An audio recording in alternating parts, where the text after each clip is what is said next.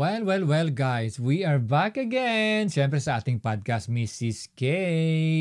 Ngayon, meron naman tayong guest overseas ito, di ba? Yes. So, Mrs. K, siguro wag na natin patagalin, di ba? Kaya tara! Let's talk! Tara! Let's talk! Tara! Let's talk! Okay guys, welcome back! At syempre, Mrs. K, why don't you introduce our guest for today? So I'm really excited about this. Ang guest po natin ay mula sa pinakamayamang bansa dito sa Europe. At syempre, isa rin sa pinakamalamig na bansa sa Europe. So ano pong hinihintay natin? We have Mary Rose Velasco Mortenson. From Sweden! So dyan sa Ireland. Giniginaw na! As you can see, di ba? Oo. Medyo, syempre, yung aming kasuotan, kumbaga, halatang halata. And dumidilim na din. Oo. So Mary Rose, para sa ating mga manonood, kung po pwede lang siguro na mag-start tayo kung sino ba si Mary Rose from the Philippines. Pero syempre, siguro magtatanong ng tao, bakit ba natin guest si Mary Rose ngayon? Syempre guys, bago pa sabihin sa atin ni Mary Rose kung sino ba talaga siya, marahil siguro mas maganda kung siguro may konting background tayo. Si Mary Rose, we met her dun sa isa sa mga events na napuntahan natin, yung Mega World. Yes. Diba? At dun tayo kumaga nagkakilala at kaya nagkaroon tayo ng connections dahil sa Mega World, yung nasa Portugal tayo. Diba? Yes, it's kumbaga memorable event sa atin, tol. Pagsalitain na natin si Mary Yes. Rose. Yan. Okay, Mary Rose, take it away. Yes. Ako si Mary Rose. I'm originally from Cavite. So, Tagalog ako. So, lumipat ako dito sa Sweden. Now, sa Norway first ako. Lumipat.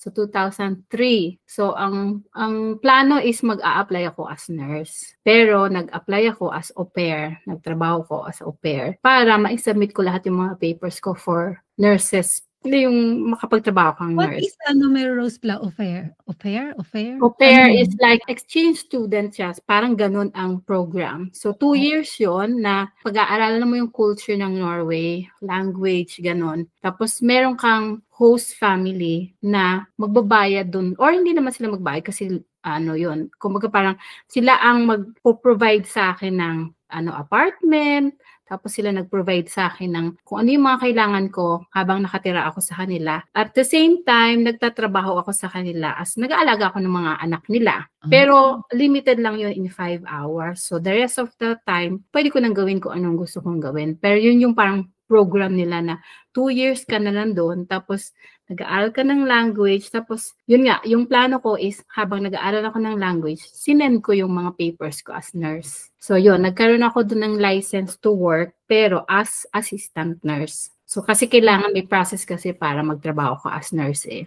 2003 ako lumipat doon. So nagtrabaho ako ng 2 years sa Norway. Or naging au pair ako sa Norway ng 2 years. So, pero ang tanong dun, bakit sa dinami-dami ng countries, bakit Norway or bakit banda dyan? Norway, yes.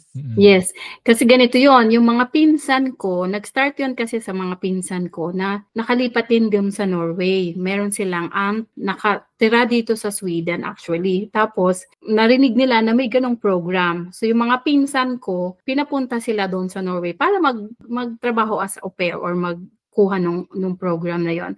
So after a while, lagi nila akong binimessage. Sabi niya, Ate Rose, sabi niya, halika na, sunod ka na dito. Alam mo naman, magpipinsan, di ba? Gusto lahat pagkakaano. So sama ka na sa amin. So, nung time na yun, maganda yung trabaho ko. Medrep ako noon sa Philippines. So parang sabi ko, no, kayo na lang muna. Parang tapos hanggang sa lalong tumatagal, parang, alam mo yun, yung nagmamature ka na, parang gusto mo na, parang gusto ko yun, no, parang ganun. So yun, nila ako na, sige na nga, mag-apply na ako. Parang sikat kasi noon ng mga Pilipino talaga sa mga Norwegian na, alam mo yun, yung trabaho, tapos yun nga, parang nagustuhan nila yung mga Pilipino. Kaya gusto nila, recommended ka rin ng mga tao na nasa Norway. Kaya ako napunta sa Norway. Itong system na to, is it still available? I think so, pero hanggang 30 years old lang yun So above 30, hindi ka na po pwede. Pero I think I think meron pa rin kumukuha ng ganong system na mag-a-apply as au pair. Nung au pair ka, ano yung mga experience mo? Mabait naman yung family host mo, ganyan. Yes. Ano yung mga challenges? Kasi I'm sure... Actually, ang challenge doon is dumating ako winter time, November. So parang yung time na yon parang, alam mo yon parang sobrang depressing ang feeling. Kasi syempre, 'di ba, mag-isa ka doon, tapos may sarili kasi akong apartment doon sa basement nila. May kitchen, yung kumpleto lahat. Tapos may sarili akong entrance. Pero ang doon is lahat provided naman nila kasi sobrang bait nila. As in talagang hindi sila yung sobrang accommodating, kung anong kailangan mo, sabihin mo lang, silang nag-grocery sa akin kung anong kailangan ko. Lalo nung umpisa. They are Swedish family, no? Swedish Norwegian family. Oo. So yun, pinoprovide nila sa akin yun. Yun ang pinaka lang kasi mabait talaga yung mga Scandinavian. Sa experience ko. So talagang tinrate nila ako as part of the family. And you were there, how long ka sa kanila? 2 years. 2 years ako doon. Yes. So bale, yung contract ba yun, 2 years talaga siya? Kasi sa Ireland, pagka nagwo-work ka, usually talagang binibigyan na contract is 2 years and then you can extend. Either yung employer mo, i-extend ka, or ikaw mismo yung gustong mag-extend doon sa na yon. Pero sa'yo kasi parang stepping stone mo lang yun, right? Oo. At saka ang au pair is 2 years lang talaga. Wala yun na sabihin mo, ay mag-extend ako. Kasi parang program lang nila yon na gusto nila na ibigay yun sa mga tao na gustong mag-aral ng culture ng Norway, ganon, mag-aral ng language. So hindi, kung halimbawa ako nag-decide ako na gusto kong mag-stay doon sa Norway, kailangan kong hindi ako pwede mag-extend. Kailangan ko talagang umuwi. Or kung maghanap ako ng ibang trabaho na hindi au pair. So parang ganun ang rules nung time na yon. So I think ganun pa rin hanggang ngayon yung hindi siya yung permanent na trabaho na pwede mong gamitin na maka-stay dito. Kaya talagang kinuha ko yung nursing ko para yun ang stepping stone ko. No wonder, binibigay lang nila to sa mga less than 30 years old, Correct. Oo. Parang sort of adaptation period at saka parang assimilation ang dating. Parang ganun. Correct. Diba? Kasi yes, so okay, nung natapos na yung 2 years mo, syempre okay, medyo naka-adjust ka na niyan, parang yung happy ka na ito, nakakapasyal ka na, nakakasama mo na yung mga kamag-anak mo.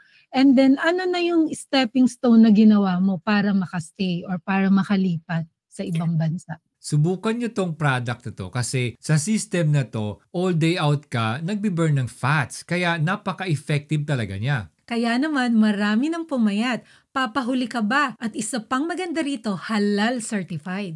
Ang kinaganda ng ating concentrated tea na to, it will stimulate the intestine to produce GLP-1 hormone naturally. At syempre, meron po tayong fiber matrix na tumutulong sa atin upang slow ang absorption ng glucose sa ating katawan at para hindi mag-spike ang ating insulin level at tuloy-tuloy ang pag-burn ng fat sa ating katawan all day. Yes, yung mga inaantok dyan, walang focus at syempre, marami nang nag-lose ng weight. Correct. So guys, ano pang inaantay ninyo? Alam nyo na. Tara! Let's talk! Actually, akala ko noon uuwi ako. Kasi kumbaga parang, yun nga, parang sabi ko, 27 years old na ako. Sabi ko parang, ano ba to? Dito ba ako? Parang wala akong idea. Kasi syempre, kailangan magtatrabaho ko. Kaya lang, actually, nung lumipat ako ng 2003, nakilala ko na yung asawa ko ng 2003. Di ba, lumipat ako November. December, nagbakasyon kami nung pinsan ko dito sa Sweden para mag-celebrate ng Christmas. So yun, doon ko nakilala yung asawa ko. So parang nabenta ka agad! Oo. From then on, parang doon na yun nag-start na, yun, nag-date na kami. Yung parang niligawan na niya ako, pumupunta siya sa Norway, tapos pumupunta ako dito no after. And parang date na kami no. Tapos hanggang sa yun, naging kami na. So parang after, pero inintay ko pa rin yung contract ko kasi yung contract ko is 2 years. Kaya after 2 years, lumipat ako dito sa Sweden kasi kinasal kami before matapos yung au pair contract ko. Ano siya? Swedish ba siya? Swedish. Filipino siya pero dito siya lumaki sa Sweden. I see. Yes. So kaya ka napunta ng Sweden ngayon because of love, kumbaga. Oo naman, no? Oo, Ayos, di ba? ayos.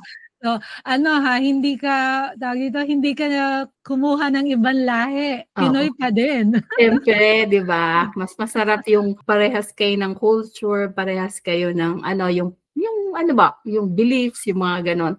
Pero syempre, mapapansin mo pa rin kasi sa kanya yon dahil dito siya lumaki. So, na-adapt pa rin niya yung Swedish culture, kumbaga. Meron pa rin diferensya talaga ng siguro yung Not 100%. na tao na lumaki talaga sa Pilipinas, kumbaga. Nice. Pero mabalik tayong konti lang dyan, parang lang. Paano ba yung mga Swedish men, kung paano ba sila makipag-deal? Norway muna. Hindi, doon sa kasi Swedish to eh. Swedish yung asawa ko. Paano ba? Yes, kailangan maging independent ka. Yun yung natutunan ko sa kanya. Kasi, kumbaga parang noon kasi, di ba tayo, parang masyado tayo. Ewan ko sa tingin ko parang masyado tayong yung kailangan sa asawa mo is sa kanya ko talaga lahat iaasa. Parang ganun. Kasi since bago ako, di ba?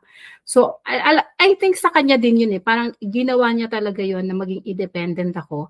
Kinakausap niya ako ng Swedish. Hindi niya ako kinakausap ng Tagalog. Kinakausap niya talaga ako ng Swedish sa umpisa. Kaya talagang mas madali akong natutong mag-Swedish. Tapos pag yung sa yung mga question about sa school na, bawa nag-aral ako ng Swedish, kumbaga parang hinahayaan niya ako na talagang, kaya mo yan. Kumbaga parang hindi niya talaga ako yung sabihin mo na, wag mong iasa sa akin. Parang kailangan magtumayo ka sa sarili mong parang ganun. Pero syempre may support pa din. Kasi sinuport niya ako na habang nag-aaral ako, ganun. So yun, tapos ano pa ba? Parang kasi ano ba sabihin natin? Parang balance naman. Hindi naman siya yung tipo na Swedish talaga. Tapos balance pa rin pagiging Pilipino. So ano mga traits na nandun pa rin sa kanya ang pagiging Filipino? Kumbaga? Siya, hindi in the beginning hindi siya yung sociable. Kasi dito kasi, alam mo yung, siguro kung magsa-search kayo about Sweden, parang medyo, sabihin nila na medyo, hindi naman, reserve ang mga Swedish. Hindi naman cold.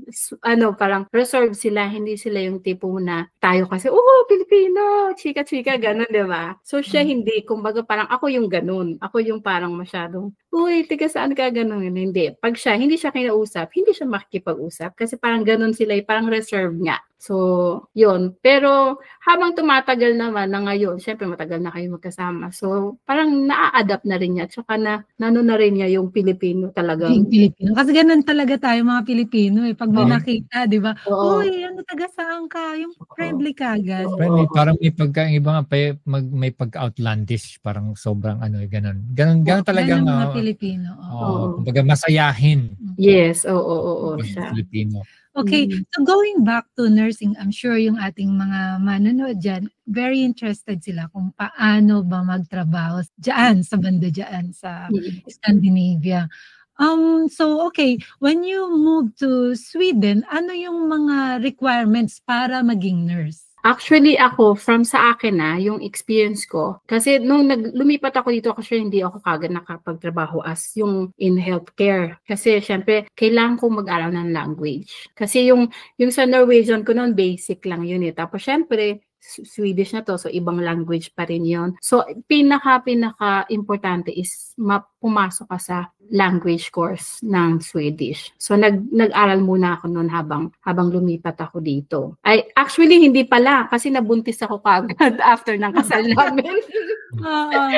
So, nagbuntis ako, nagkaanak. Noon ako nag-start, nung nagkaanak na ako. So, doon ako nag-start ng language. How long is that, yung pag-aaral ng language ko, inabot ako ng 2.5 years. Kasi, nagtatrabaho ako at the same time. Hindi ako nag-full-time talaga ng language. Kumbaga, nagtatrabaho ako, tapos nag-aral ako ng language. So, nagtrabaho ko as din, parang au pair din, pero kumbaga, nanny, ganon, sa isang napakayamang family. Wow. So talagang naswerte, sobrang swerte ko, sobrang lucky ko na nakilala ko yung family na yun. Kasi gusto nila, ang magtatrabaho sa kanila nandito sa Sweden. Ayaw nilang kumuha sa Philippines, kunyari. Tapos may mga anak. Parang nasasaktan sila na magtatrabaho yung tao sa kanila tapos nag-aalaga ng anak nila. So yun yung sinimulan ko habang nag-aaral ako ng language. And then after noon, pinatalahan na ako ng university kasi sinabit ko lahat yung mga papers ko as nurse din. So pinadalahan nila ako ng papers na pwede akong kuha ng course. 1-year course yun para makakuha ko ng license as nurse.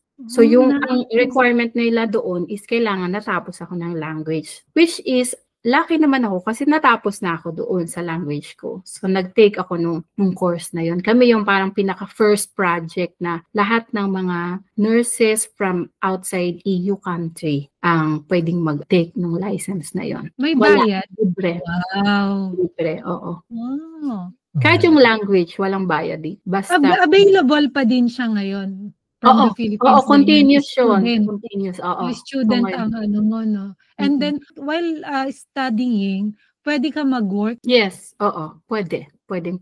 Yeah. So when you say ongoing pa rin hanggang ngayon, yung ganong process na yun, medyo may katagalan kung titingnan mo, no? Parang kailangan kasi mag-adapt ka muna sa kanilang pamumuhay, culture, especially yung language na yun. Just like yung Germany. I think Germany kailangan ganyan din, oo.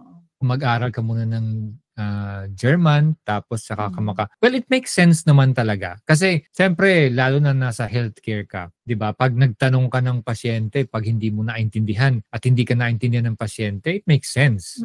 Siyempre, yung sa assessment natin kasi kailangan talaga yun sa interaction with patient. But dito kasi sa Ireland sa ngayon, dumadami na rin yung iba't ibang lahi na kailangan namin ng interpreter. Tapos, diyan ba sa inyo, gaano ba kahirap yung, kunyari, hindi marunong mag-English, hindi rin marunong mag-Swedish? Paano yung ginagawa? Yes, ganun din. Katulad dito, meron ding, pwede kaming mag-order ng mga order bang tawag doon, kumuha ng mga tao na nagta-translate. So, yun, parang right nila na kung hindi nila talaga naintindihan, kailangan mag-access kami ng tao na pwede mag-translate sa kanila. Yung mga professionals.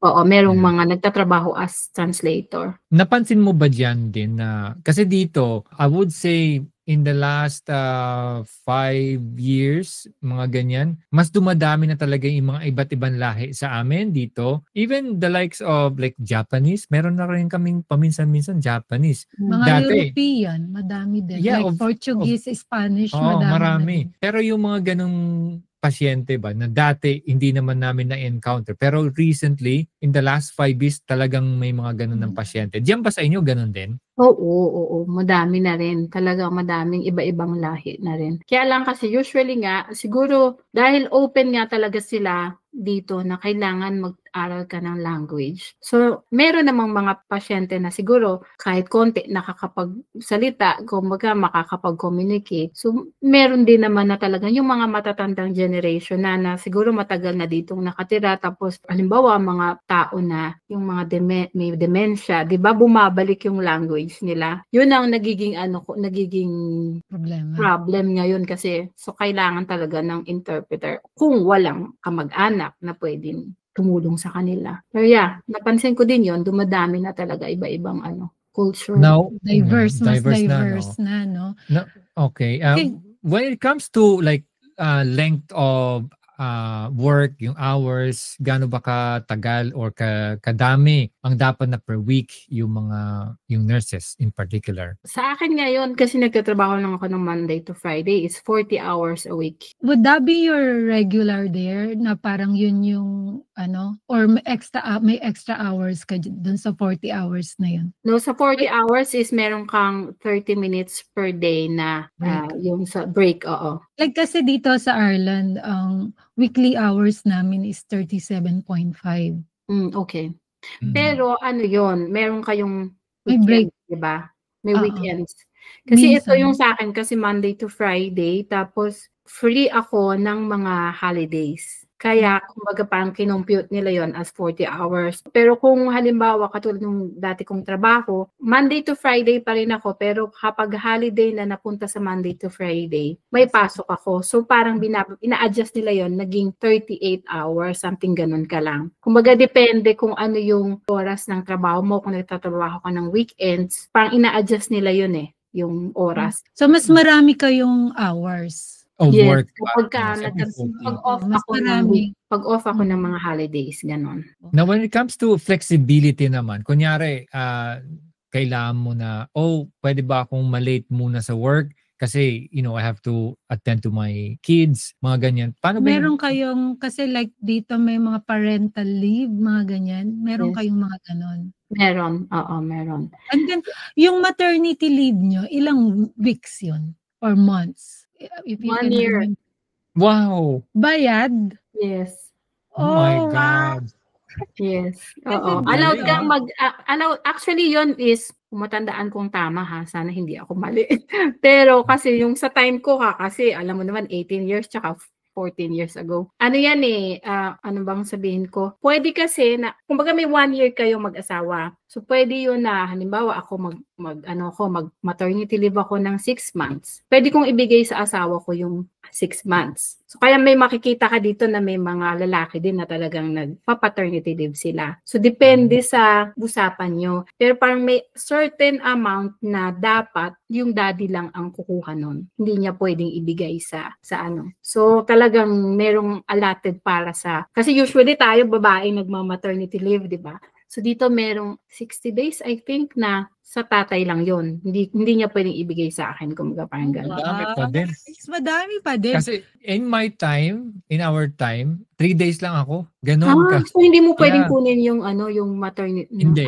Pero yung recently meron na silang 6 weeks altogether. 6 weeks altogether. As far as I know. Gawa ulit tayo. Gawa ulit. 6 weeks. Na. Wow, ayos Oo, 1 year. And then, libre lahat yung panganganak and everything. Libre lahat, yes. Oo. Walang, yung check-up ng mga bata, halimbawa, di ba, after ng kahit yung buntis ka, libre din yun, yung check-up. So, talaga known naman yan na mas maganda ang health service dyan. Kasi malaki ang tax namin. Ilang percent? Tayo bang ilan? 40? Ano ba tayo? Depende sa ano. Malaki din ang tax namin Pagka umabot ka ng 44,000, yung 44,000 above na yon, nasa nasa 40%, 42% parang ganyan. Dito naman ganun din, may table. So dito is basic is 33 sa lahat ng kahit mababa, mataas or what. Pero meron din ganong table na pag dumating ka sa ganitong certain 50% na. Ay, mas mataas sila. Siguro nga mas mataas sa kanila. Pero siyempre may balik din yun Kumbaga, when it comes to infrastructures at saka sa kagaya niyan, imagine 1 year, yung mga, kumbaga mga benefits, maraming benefits, diba?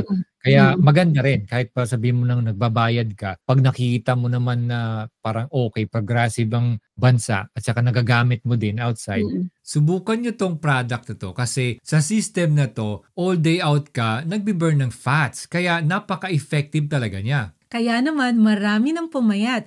Papahuli ka ba? At isa pang maganda rito, halal certified. Ang kinaganda ng ating concentrated tea na to, it will stimulate the intestine to produce GLP-1 hormone naturally. At syempre, meron po tayong fiber matrix na tumutulong sa atin upang slow ang absorption ng glucose sa ating katawan at para hindi mag-spike ang ating insulin level at tuloy-tuloy ang pag-burn ng fat sa ating katawan all day. Yes, yung mga inaantok dyan, walang focus at syempre, marami nang nag-lose ng weight. Correct. So guys, ano pang inaantay ninyo? Alam nyo na. Tara! Let's talk! It's okay. And then when it comes to retirement naman, paano ba yung mga dyan?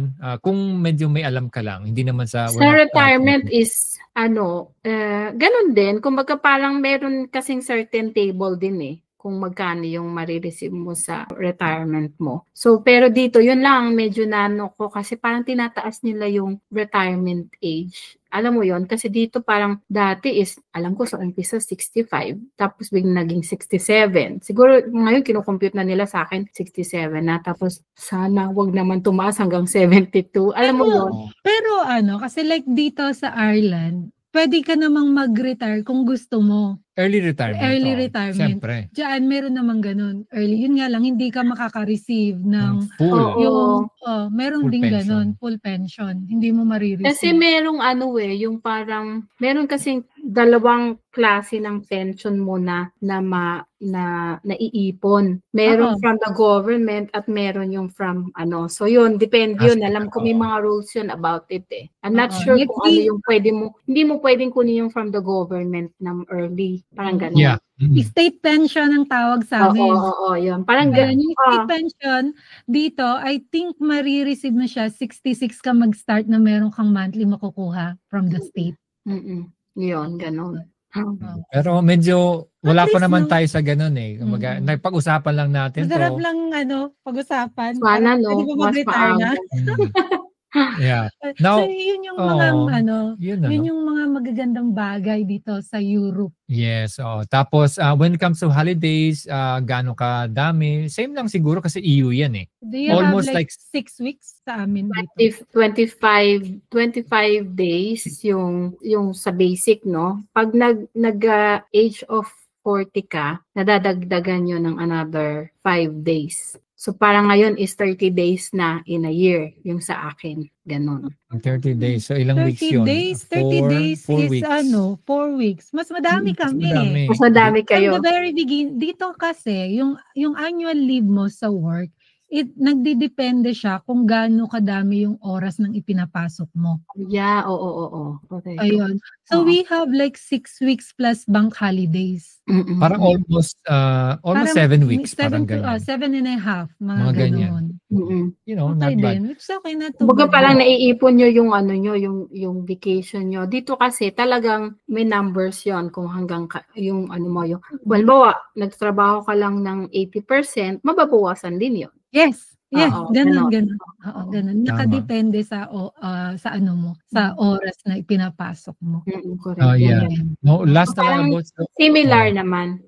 When it comes to work dyan, yung bang private sector at saka government, malaki bang difference sa dalawa kung magwo-work ka? Kaya nasa private sector ka ba ngayon? Ngayon, nasa private sector ako, oo. Ano ba yung big difference? Yung sinasabi mong state, halimbawa sa state kasi is yung ang hawak nila is yung mga hospitals eh. So sa kanila medyo mas mababa yung rate nila sa sweldo compared sa nagtatrabaho sa community, parang isang county, county. Minsan kasi yung budget ng county, mas malaki yung budget ng county. So mas maganda yung mga sweldo nila. And compare sa private, parang halos nagkakaparehas na rin halos yung from county to sa private. Pero yung state medyo mababa pa yung magkaiba. Hindi kagaya sa atin. Dito naman, mas maganda sa government pa din. Mas maraming benefits pa din. Pagka-government ka, like yung maternity leave, paid, kasi pag sa mga nursing homes, ganyan, mga private, hindi binibigay sa kanila ng buo. Parang kulang eh. Oo.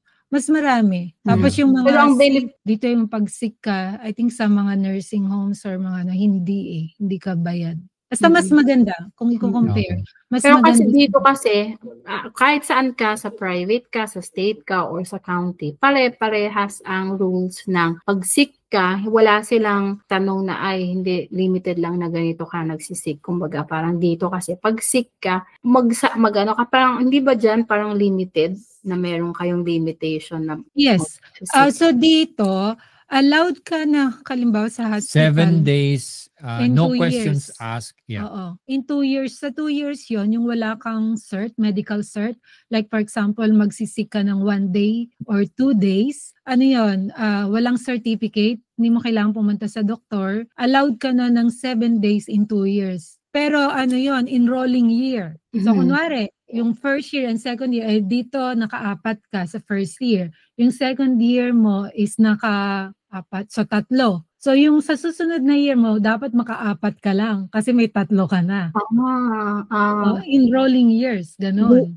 Dito kasi, halimbawa ako nagkasakit ngayon, kunyari sabihin ko, bukas may hindi ako makapasok. Yung first day ko, walang bayad yun. So, yung the next day na, doon na yun na may bayad ka na sweldo na about 80% ng sweldo mo. So kumbaga, may bayad yung mo. Kaya lang yung first day na sabi ka na hindi ka makakapasok, wala na yung bayad yung first day. So the rest, yung ibang days, may bayad na yon until 1 week, yun nga, kailangan may certificate nga from the doctor para diretso ka pa rin na may bayad pa rin. Yung so dito naman, so yung yun, may bayad lahat ng sick. Pero after 2 days, kung mahaba na yung sick mo, like 3 days na, kailangan mo na ng cert. Yun. And then, siya, yung from yung dun sa company, dito, 3 months. Kung magkasakitan ka ng 3 months, may bayad. After 3 months, kailangan mo na yung meron ng half na bayad, half na yata. Until and then 6 months. And then after nun, after 6 months, kung long term talaga yung sickness mo, wala na. Pero kung meron kang like kagaya ng mga insurance, yung corn market dito, pwede kang makakuha ng bayad, ng pay. Okay. So may private insurance din. Yes. Yeah. Now, we're talking about yung trabaho natin, yung ating main job, kumbaga, at saka yung retirement na pag-usapan natin, at saka yung mga sick leave na yan.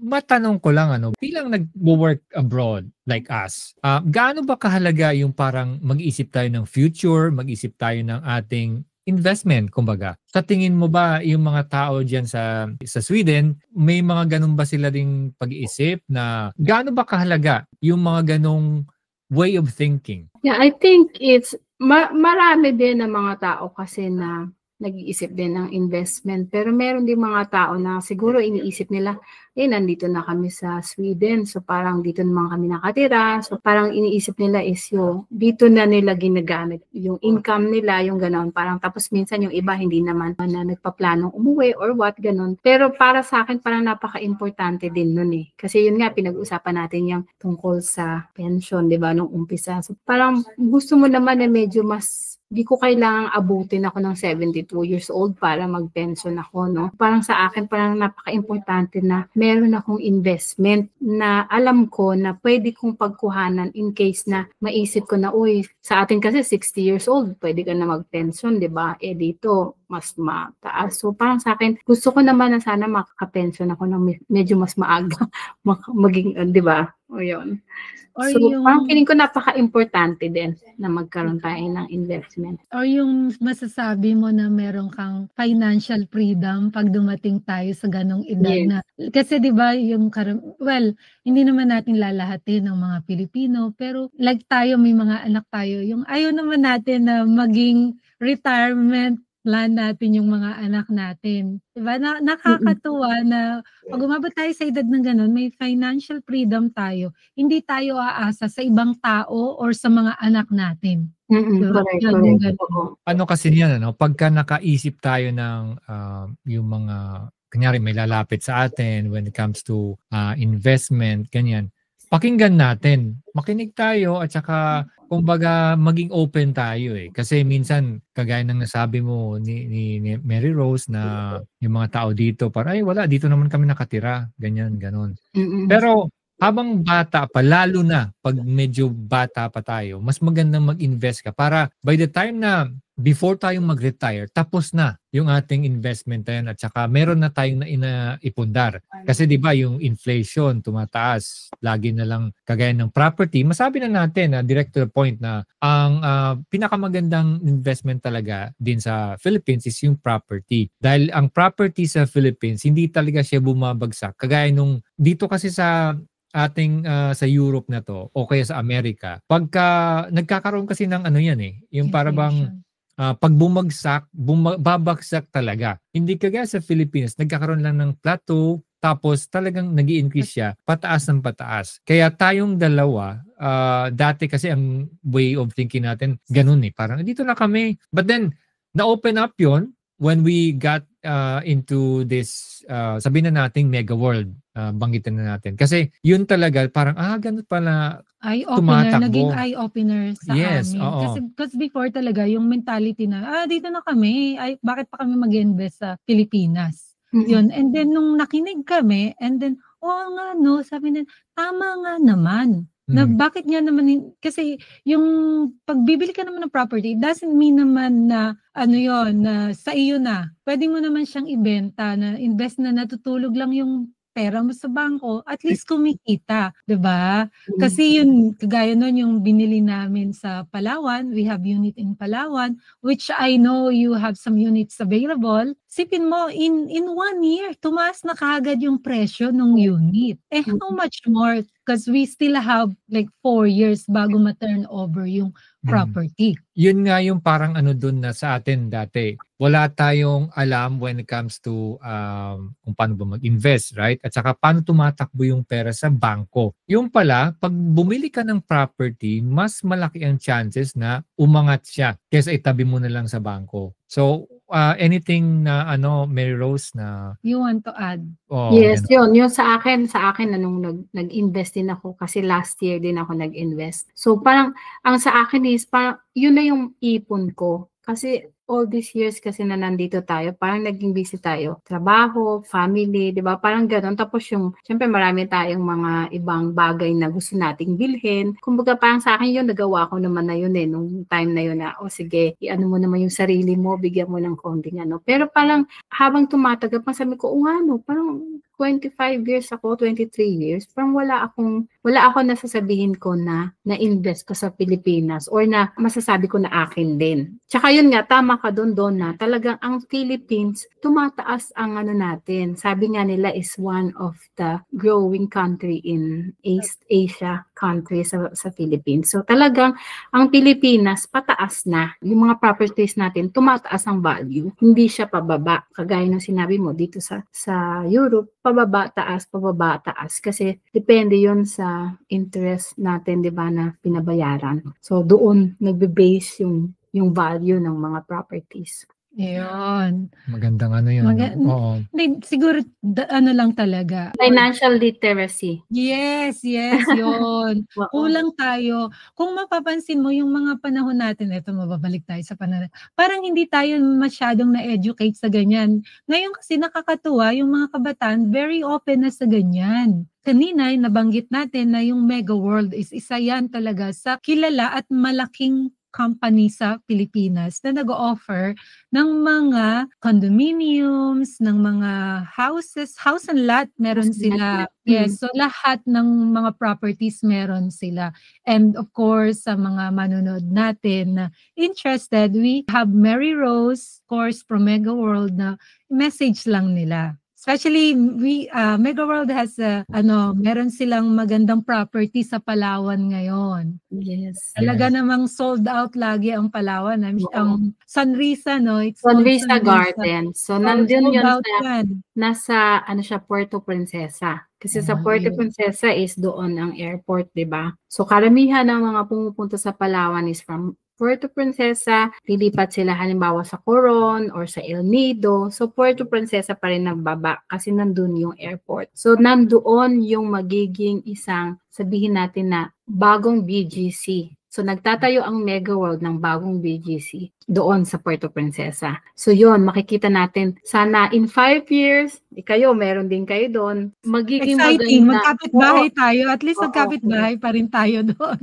Dito, magkapit country. Oo, di ba? So, yun ang isa sa pinakamagandang project din ng Mega World. Marami silang projects.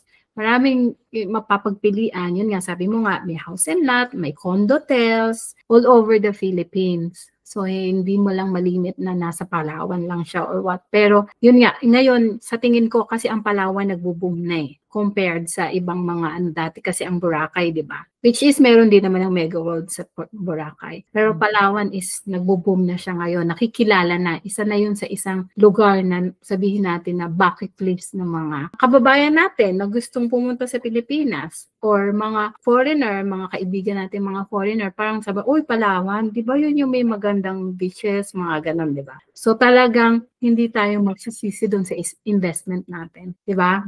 Yes, yes. And then, syempre, madaming mga foreigner na gustong mag-invest sa Pilipinas. So, why not tayong mga Pilipino? Dapat hindi din tayo magpahuli na mag-invest. Yan. Kaya pagka guys sa mga gustong mag-invest ng properties sa Philippines, you can contact Mary Rose. Sweden siya. Pero kahit nasa Sweden siya, walang problema yon. Kahit anywhere in the world, pwede siyang i-contact. At syempre, kung may katanungan kayo din, you can get into contact with us. We can talk about it. Baka naman, Mary Rose, baka naman. Yan. Ganito talaga tayong mga Filipinos, no? Kahit pa sabihin mo meron tayong basic na trabaho or yung ating main job. Yeah, not basic. So meron tayong main job. Lagi tayong may mga side hustle. Importante yan. Yes. I think it's a way of socializing na din kasi isipin mo ito, nakilala ka namin and we keep in touch. Alam mo yun? Kasi nakakatawa na sa dinami-dami ng tao doon yung may makilala ka. Then yung parang click kayo kagad. Diba? Nakakatawa. Nakakatawa. And then now we still talk to each other. And eto, syempre sharing. And we have our podcast. We're really happy na nag-guest ka na yun kasi syempre maraming mga Filipinos na gustong pumunta sa abroad. Like at least may mga options sila. It's either they go to Ireland, UK, America, and of course sa Scandinavian countries. Marami silang option. Kung ano lang ang gusto nila. Nasa sa kanila yan. Yes. Yeah. So any parting words, Mary Rose? Yeah, thank you for having me. Thank you, Mrs. and Mr. K, na ang naging Mr. and Mrs. Mega World yan. Sa Portugal, di ba? Diba? Thank you.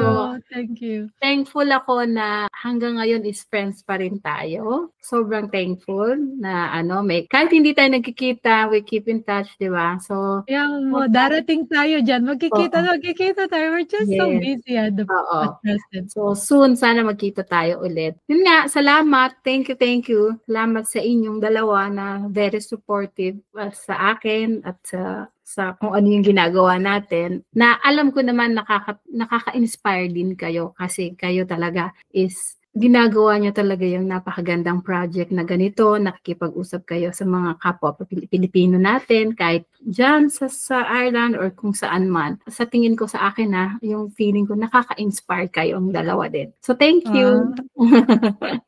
Thank you din. Thank you. Tutuwa naman din kami na you have time for this na kausapin namin. Okay guys, thank you very much Mary Rose. And sa mga nakikinig, nanonood, alam nyo na kung paano kontakin si Mary Rose. At hanggang sa muli! Tara! Let's talk! Tara! Let's talk! Tara! Let's talk!